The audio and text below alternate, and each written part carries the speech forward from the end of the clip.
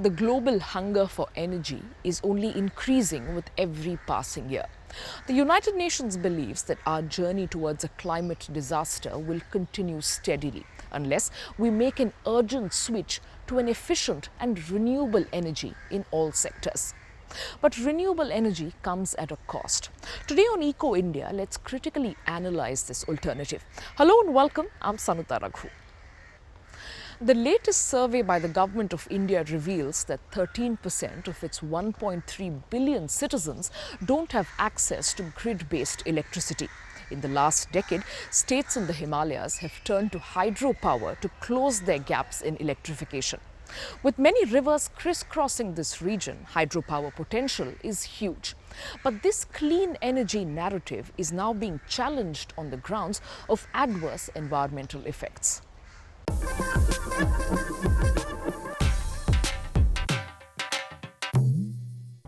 Pritam Singh is angry with the government and its promise of environmentally friendly energy. He lives on the Sinj River, a small tributary in Himachal Pradesh state. Within 20 years, the state built over 800 hydroelectric power stations, 2 of them on the Sinj. To begin with, we thought this project would greatly benefit and develop the area. But when the work was underway, it didn't turn out the way they planned. There's no water in the entire area. Our roads, the environment, our homes, our land, everything has been destroyed. We have been left with nothing.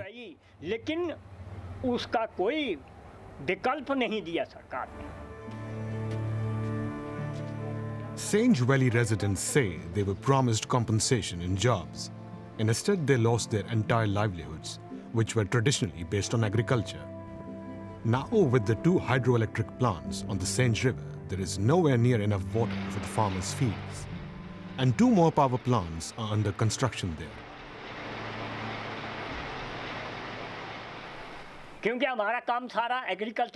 Before this, our entire livelihood depended on agriculture and we never had to purchase anything from the market. Instead, we would earn money by selling our produce. Now that our land is not ours anymore, we depend on the market to access basic amenities like food and water. This has been a huge change. Although they took our land, they didn't purchase the land from us. As an environmentally friendly power source, hydroelectric plants have become an important generator of electricity around the world, in 3rd place behind coal and gas. And that also makes them a lucrative source of income. In Himachal Pradesh, the state government rakes in over 9 billion rupees, that is 100 million euros in electricity revenues annually. Environmental activists now regard the hydropower boom with skepticism. Guman Singh researches the effect it's had on biodiversity and people's lives in the region. These mega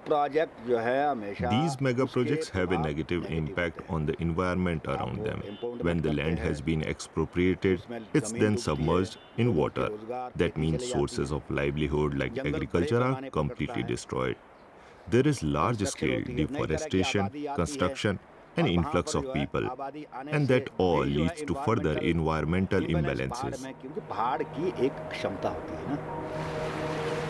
On top of that, the region is prone to earthquakes. Dam breaches, avalanches, and landslides would be catastrophic for the people living here, as recently happened in neighboring Uttarakhand state. The river Teton lies only 40 kilometers away from the Sinj Valley, another small tributary, but it flows through untouched nature. It's one of the few in the region with no hydroelectric plant.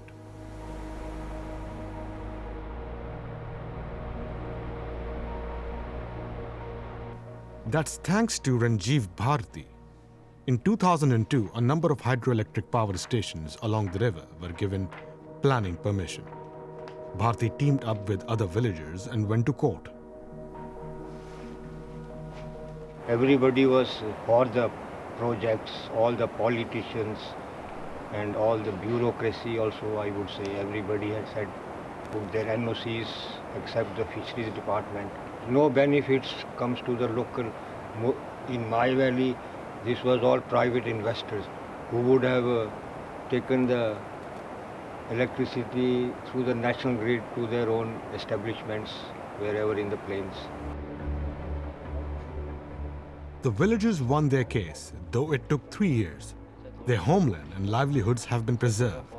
They still live off agriculture and fishing.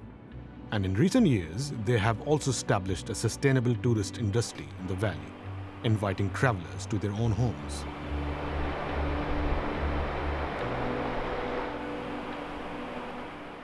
The whole base was homestays, so we really didn't, there's not a lot of deviation that took place. And we always taught people that tourism has to be treated as an alternative income generation activity, and thankfully there also Corona proved us right, because they did not leave their orchards. We are all farmers. So we said, okay, convert your houses, because mountain houses are usually big, 2-3 rooms. Convert them into homestays, but don't leave your original, source of income.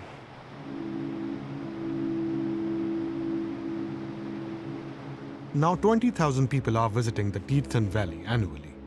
The residents earn much more with tourism than the hydro plant operators promised them in compensation.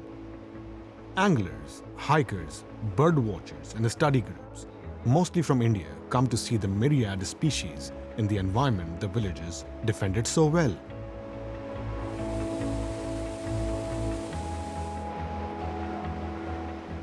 It's not just in India where there's a problem.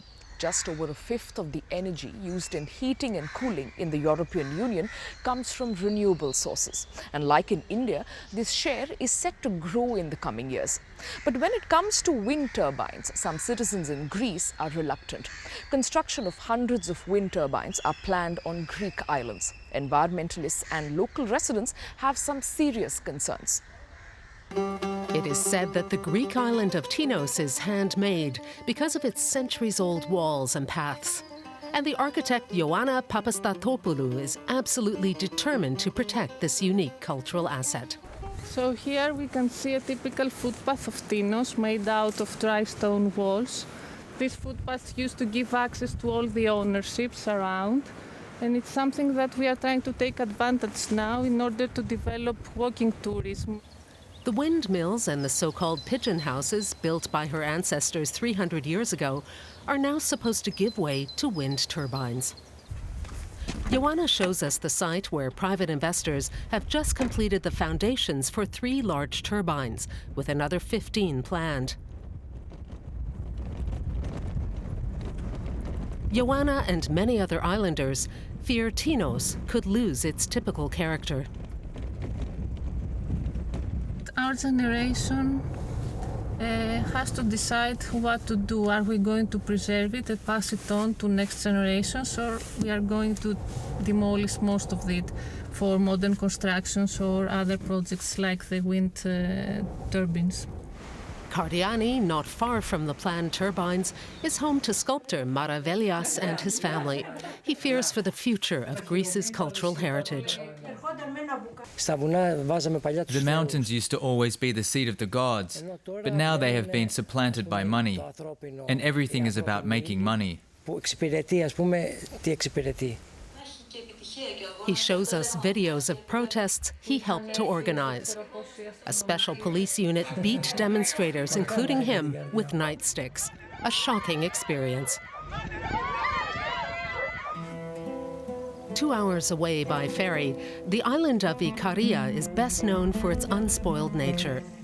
Its mountains include protected areas teeming with rare plant life. Here, too, the idyllic scene could end. The private Mytilineos group is planning 110 wind turbines to supply electricity to Athens. Environmentalists are alarmed. It is all in Natura, in protected areas, in special bird areas. And this is really a disaster, will be a disaster. The whole mountain is going to be leveled. So it is really transforming Ikaria to an industrial zone. Although the plans are not yet final, Elias Yanarias is already informing the island's residents about their potential impact. Ikaria has had its share of bad experiences with other large-scale projects. A once lush valley resembled a moonscape like this after a hybrid power plant was built. Erosion on the island is already extreme. Again and again, entire hillsides slide off, especially in areas where large roads are constructed. The mountains are home not only to goats, but to many beekeepers as well. If wind turbines are built here, Vangelis will have to move away with his bees. It would be bad for the bees. I couldn't put their boxes near the wind turbines because of the electromagnetic radiation, which could make them lose their orientation. The mayor's office is aware of the concerns. It met with farm investors 9 years ago, to little avail. The activities on neighboring islands worry the mayor. A few small wind turbines might be tolerable, but 110? We would protest. And that's not just my own personal opinion. All the officials in the municipal council and local administration agree. The first turbines are standing, and by 2025, Ikaria is meant to be connected to Athens via an underwater cable. Now the investor is supposedly revising the plans to make them environmentally friendly. But few believe that in Ikaria. They fear that landscapes like this could soon become a thing of the past. It is a dilemma. On the one hand, people are protesting because of the problems caused by renewables. And on the other, there's a need to dramatically cut down our carbon dioxide emissions because climate change is causing the world's temperature to rise. That's a fact. We need to move quickly if we are to keep the rise to around 1.5 degrees Celsius to limit its impact. Some scientists say that we'll also need to actively suck massive amounts of carbon dioxide out of the atmosphere. But carbon capture and storage is controversial at best. Is it really a viable option? Let's take a look. We know we're currently pumping too much carbon dioxide into the air. But wouldn't it be amazing if we could find a way to suck it all up and send it back deep underground? Climate scientists are now saying that without such technology, we won't hit our climate targets. Turns out, this seemingly cutting-edge idea to capture carbon is actually decades old. The US Navy used capture as a way to clear the air inside submarines and space shuttles that filled up with CO2 from the breath of soldiers and astronauts. You may remember that scene from the movie Apollo 13, where suddenly they had to build a CO2 scrubbing system. Those CO2 levels are going to be getting toxic. Well, I suggest you gentlemen invent a way to put a square peg in a round hole. And they dumped all this stuff out on a table and said, guys, we have 3 hours to figure out how to make a CO2 scrubber. Like, they had the technology already on the spacecraft. Like, we know how to do these things. Modern carbon capture technology is basically this CO2 scrubber on a bigger scale, like this plant in South India. First, the polluted air is sucked into the industrial system through internal fans. After being cleaned for impurities, it is transported towards the absorption plant, where it is cooled and then sent through a liquid solvent that absorbs CO2, which is then moved further into the plant for processing, while the clean air, which is mostly only water vapor, is now released. The CO2 is later stripped out of the solvent and can be used to make other products like soda ash, or it is used to heat greenhouses or even as a fuel.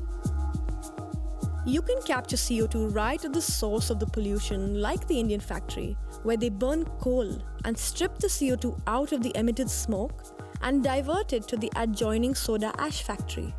This is called point source capture. Hundreds of pilots and small-scale facilities and over 50 large-scale plants around the world are currently doing this. Then there is direct air capture, where big fans suck large amounts of polluted air directly out of the atmosphere. 15 plants are currently doing this worldwide, but experts say the potential is huge. Even if the CO2 is emitted again, like when the fuel is burnt, it is considered carbon neutral, as it hasn't added to the CO2 that would have entered the air anyway. The better thing to do for the environment, of course, is to prevent emissions from ever entering the air. So companies are now working to inject carbon deep into the ground in a process called sequestration. that can preserve it there indefinitely. This is considered carbon negative, as it actively removes carbon from the atmosphere. And this also has pretty ironic consequences, but more on that later. We know from the arithmetic of climate that we need all of these things, and we need as much of them all as we can get. In the next 30 years, have to start removing about 10 billion tons of CO2 every year. Julio Friedman is one of the foremost experts on carbon capture, who served in the US Department of Energy. He says massive CO2 removal needs to start now.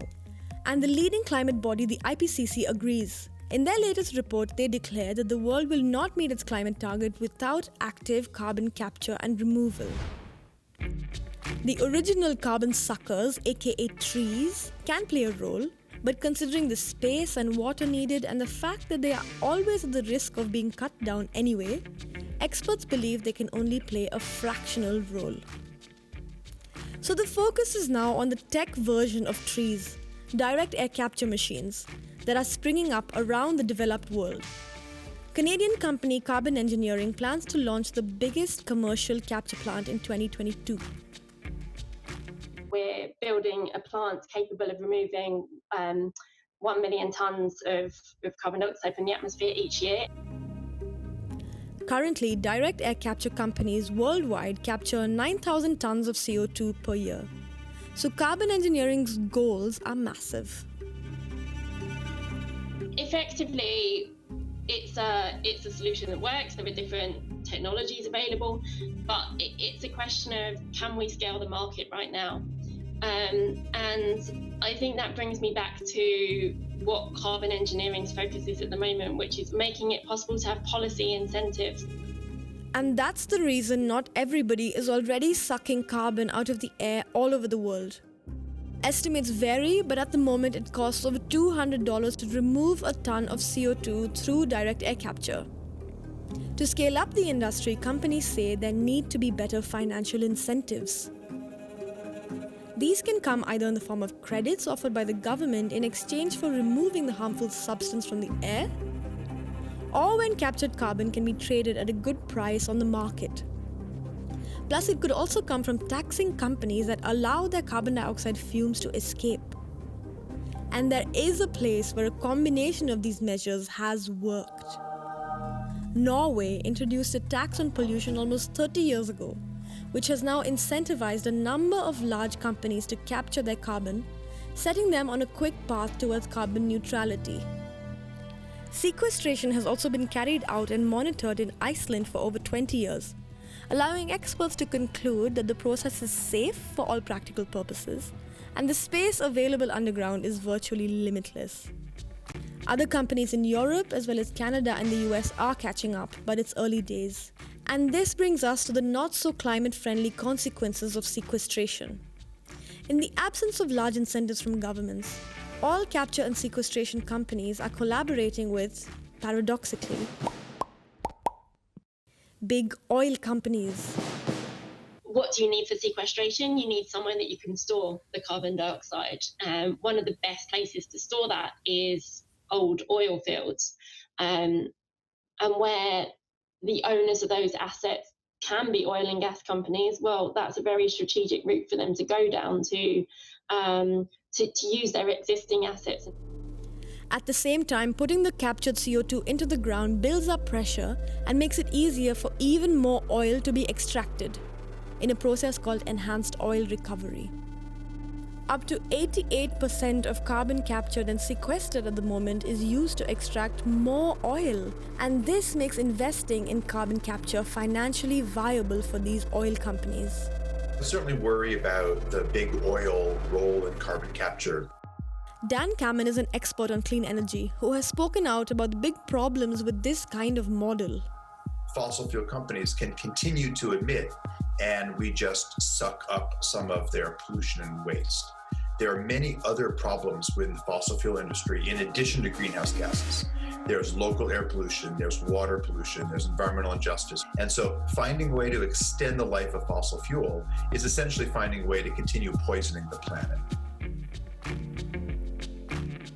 The science is clear in that we need to actively remove carbon from the air. But without broad public support or government incentives, these technologies remain in the hands of private investors, who will only go where the profits are. To keep the technology going, we need to ensure a clever combination of incentives for non-oil companies, taxing polluters, and pricing CO2 higher. A scientific solution there for a human-made problem. But not all our solutions have to be like that. As humans, we have an innate connection to nature, something that's perhaps been lost through the grey concrete and bare bricks of our architecture. But there are those who are trying to change that. In Amsterdam, architects are going back to our roots with biophilic designs. What does that really mean? Let's take a look.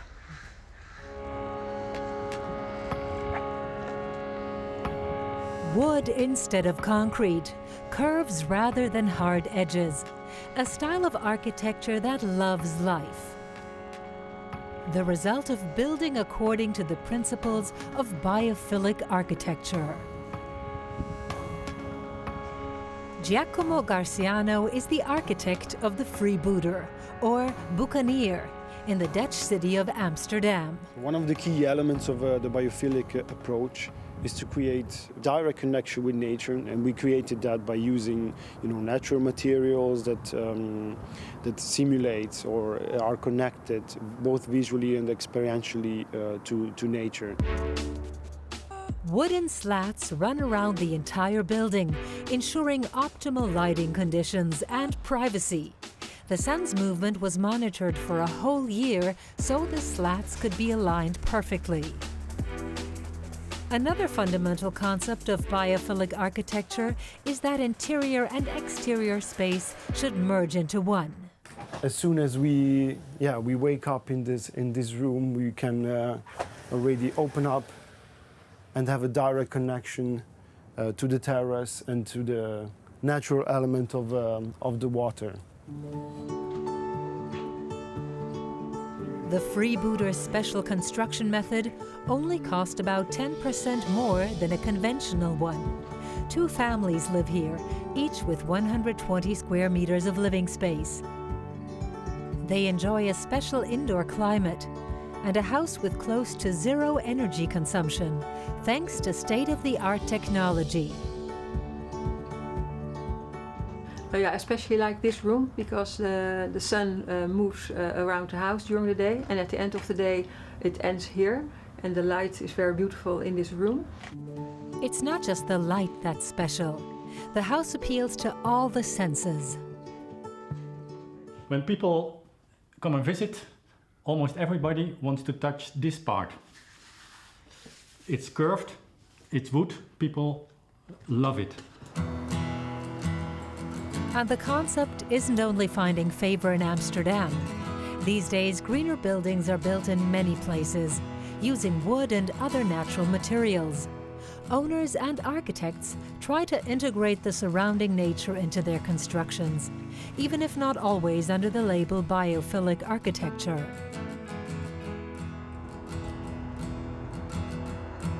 Giacomo Garciano is already thinking on a much larger scale. As with his current project, mitosis, it involves living units that can be extended at will.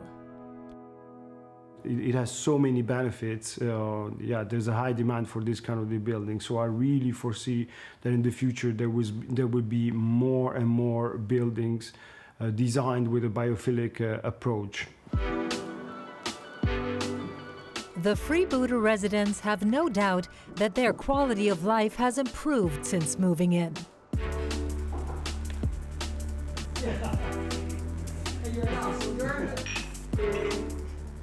Light changes, spaces change, and there's so much more curviness. So the whole experience is completely different. I think more calming, perhaps. And more playful. Playful, yeah. Biophilic architecture provides a green and holistic approach to living space. An architectural concept with a future.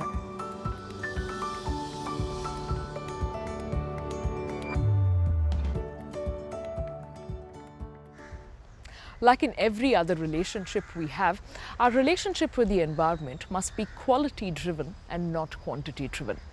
If we treat renewable energy as just another cursory to-do on the list without understanding its impact, we may have to solve more problems than we signed up for. Think about that, and I'll see you again next week. From our entire team in India and Germany, goodbye.